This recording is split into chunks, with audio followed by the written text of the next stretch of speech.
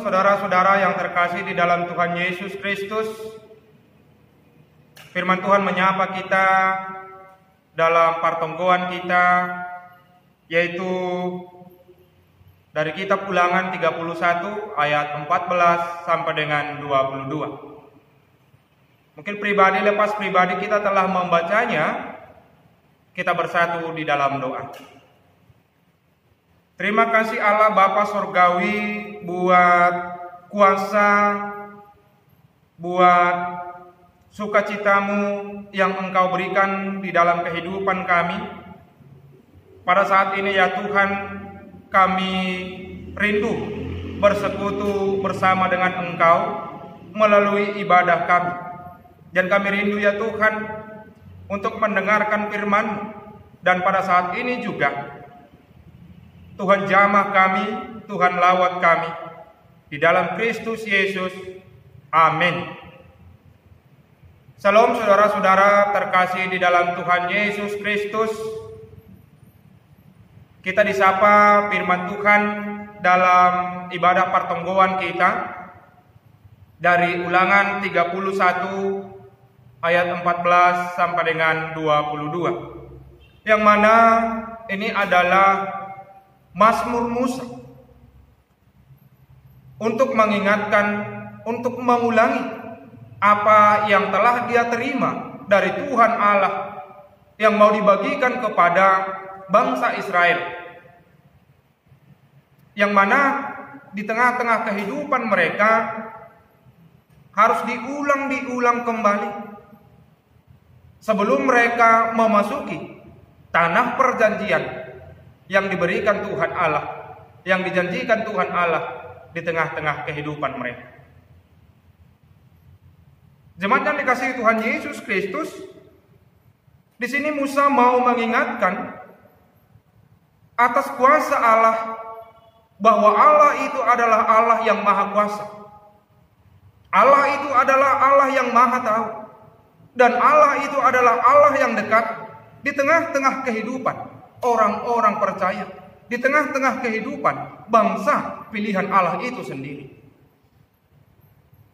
Melalui firman Tuhan ini, Musa mau mengingatkan kepada bangsa Israel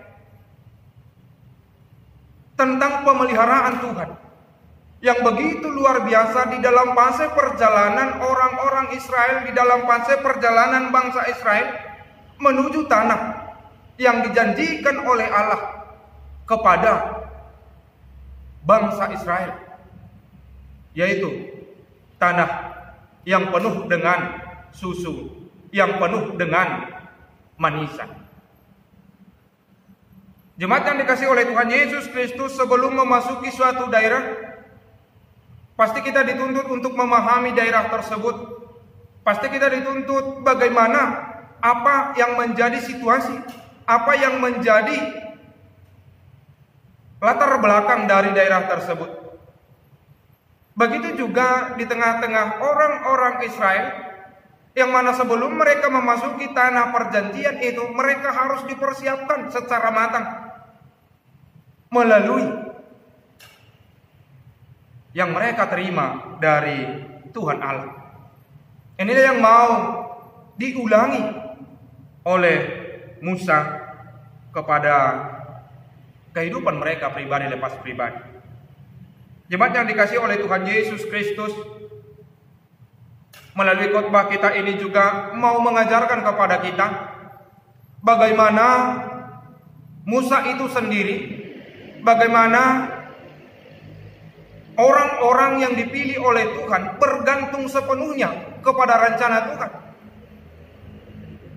Ini yang menjadi nyanyian Musa di dalam setiap kehidupannya, yang mana Musa sendiri bergantung sepenuhnya kepada Tuhan. Mangondoskan haganupan perdalanan ai kubani Tuhan nebata.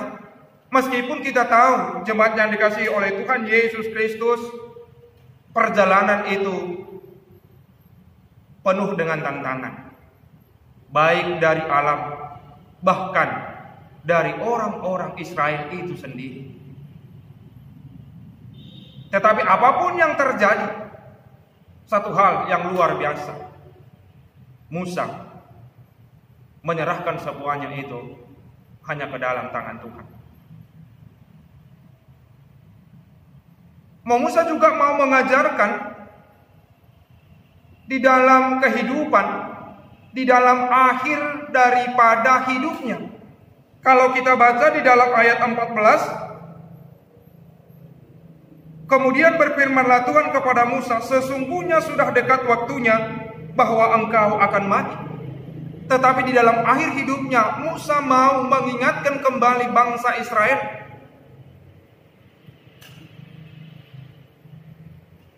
untuk tetap dekat kepada Tuhan. Jemaat yang dikasih oleh Tuhan Yesus Kristus, hal yang menarik Bapak Inang, meskipun Musa tahu hidupnya akan berakhir, tetapi dia melakukan yang terbaik bagi Tuhan. Dia melakukan yang terbaik bagi umat, bagi bangsa Israel. Bagaimana dengan kita? Jemaat yang dikasih oleh Tuhan Yesus Kristus, melalui firman ini juga diajarkan kenapa Musa mampu melakukan hal tersebut. Karena Musa itu dekat dengan Tuhan. Dia dekat dengan Tuhan. Apapun persoalan, dia tidak mau diombang-ambingkan.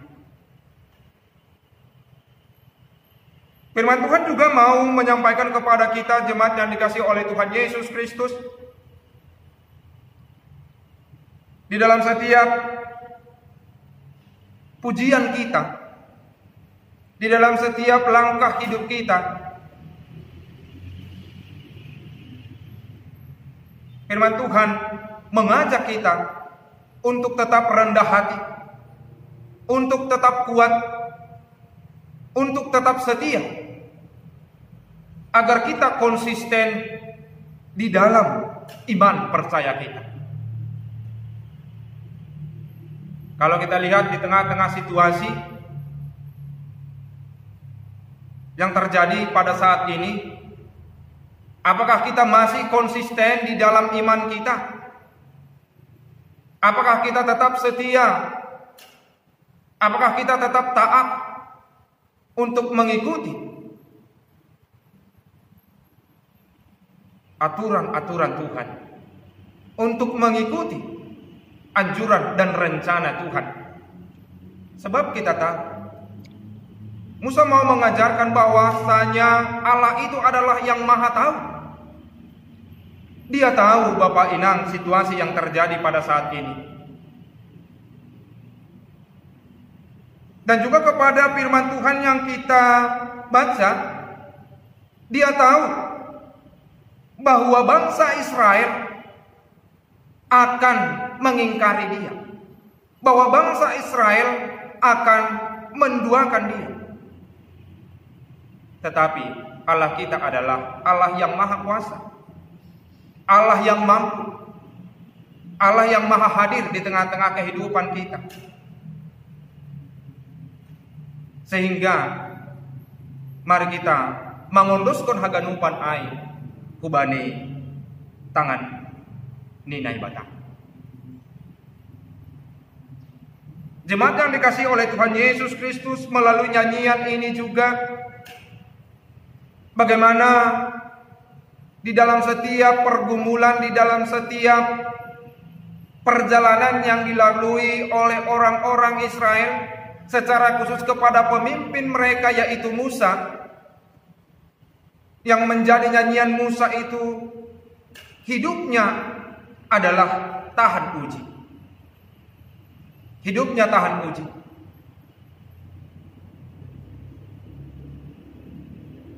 Dia mampu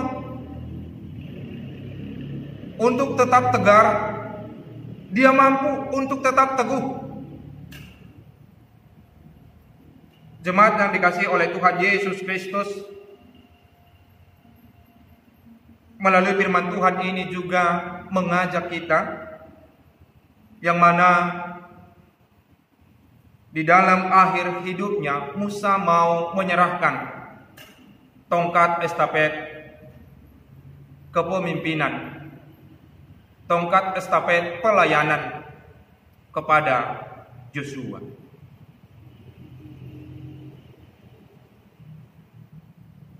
Sehingga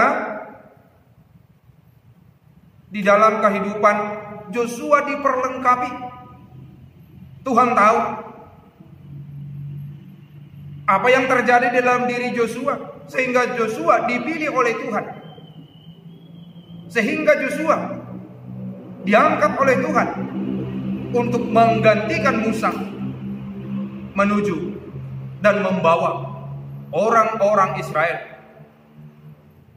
ke tanah perjanjian. Ini yang menjadi jemaat yang dikasihi oleh Tuhan Yesus Kristus, menjadi nyanyian kita,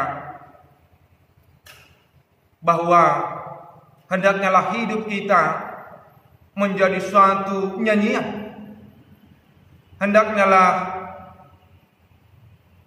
di dalam setiap gerak-gerik, di dalam setiap perbuatan merupakan suatu pujian bagi kita. Yang mana dikatakan di sini jemaat yang dikasihi oleh Tuhan Yesus Kristus, Tuhan berkata kepada Musa, letakkanlah itu di dalam mulut mereka, supaya nyanyian ini menjadi saksi bagiku. Jemaat yang dikasihi oleh Tuhan Yesus Kristus, begitu indah firman Tuhan. Pertama di sini dikatakan kepada orang-orang Israel agar meletakkan nyanyian itu di dalam mulut mereka. Kenapa harus di dalam mulut Bapak Inang kita ganop nah hinarkan itu hanta? Jelas ihatahun koma. Ketika mereka meletakkan itu di dalam mulut mereka, yang mana karya pemeliharaan Tuhan, karya penyelamatan, pembebasan yang dilakukan oleh Allah itu sendiri menjadi saksi, sehingga mereka mampu menikmati, sehingga mampu mencicipi, sehingga mampu mengisi, menghiasi, sehingga orang-orang Israel dan juga kita juga menjadi bersemangat. Karena apa? Firman Tuhan itu, kuasa pemeliharaan Tuhan itu telah kita nikmati. Inilah yang menjadi kantate kita. Ini adalah menjadi puji-pujian kita kepada Tuhan, yang mau kita renungkan bagaimana hidup kita ini agar tetap menjadi suatu yang terindah di dalam kehidupan kita, yang terindah di hadapan Allah itu sendiri. Amin. Kita bersatu di dalam doa. Terima kasih Allah Bapa, Engkau telah menyapa kami melalui firman-Mu. Kuatkan kami ya Tuhan, agar kami dapat melakukan itu di tengah-tengah kehidupan kami, sehingga kami mengingat penyertaan Tuhan, pemeliharaan Tuhan, sehingga kami tetap bergantung sepenuhnya hanya ke dalam tangan-Mu, sehingga kami memiliki hubungan yang dekat, sehingga kami juga tetap kuat, tetap rendah hati, dan konsisten di dalam iman percaya kami hanya kepadamu. Sehingga di dalam setiap proses, sehingga di dalam setiap perjalanan kehidupan ini ya Tuhan, kami semakin tahan puji untuk tetap berjalan di dalam jalan-Mu, di dalam terang-Mu. Di dalam Kristus Yesus kami berdoa dan mengucap syukur. Amin.